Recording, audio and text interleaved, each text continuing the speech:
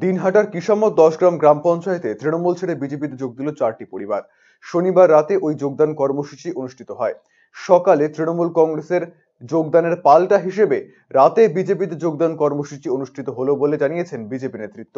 এদিন যোগদানকারীদের হাতে বিজেপির দলীয় পতাকা তুলে দেন বিজেপি জেলা কমিটির সদস্য তাপস, 3 নম্বর মণ্ডল সভাপতি কমল মণ্ডল, অঞ্চল কনভেনার মানিক বর্মন। উল্লেখ্য, সকালেই এই অঞ্চল থেকেই বিজেপির 5 জন সক্রিয় কর্মী তৃণমূলে যোগদান করেন। এদিন সকালে দিনহাটায় উত্তরবঙ্গ উন্নয়ন মন্ত্রী উদয়ন গুহের হাত ধরে তারা তৃণমূলে যোগ দিয়েছিলেন। মানুষের স্বার্থে বাংলা বিজেপি আসবে। 4 জন আমরা পরিবার বিজেপিতে যোগদান দিলাম।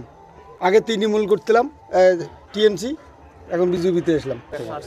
7-এর 148। 4টা পরিবার থেকে জয়েন করছে। আজকে 7-এর 148 নম্বর বুথের যে জয়েনিং কর্মসূচি, সেই কর্মসূচি আমাদের সফল হচ্ছে। কিন্তু এত মানুষ ভারতীয় জনতা পার্টির এই বুথের প্রায় 200 খানিক পরিবারের মানুষ আজকে এখানে জমায়েত হয়েছে। সেই জমায়েতের মাধ্যম দিয়ে ভারতীয় জনতা পার্টির গ্রামের পঞ্চায়েত এখানকার জেতা। এই পাশাপাশি প্রায় 5টা পঞ্চায়েত ভারতীয় জনতা পার্টির জয়লাভ করেছে এবং আগামী দিনেও দিনহাটা বিধানসভার সাথে সাথে কিশামত 10 গ্রাম অঞ্চল, সেখানে লোকসভা নির্বাচনে প্রায় 10,000 ভোটে লিড পাবে। এটা চ্যালেঞ্জ করে আমি বলতে পারবো।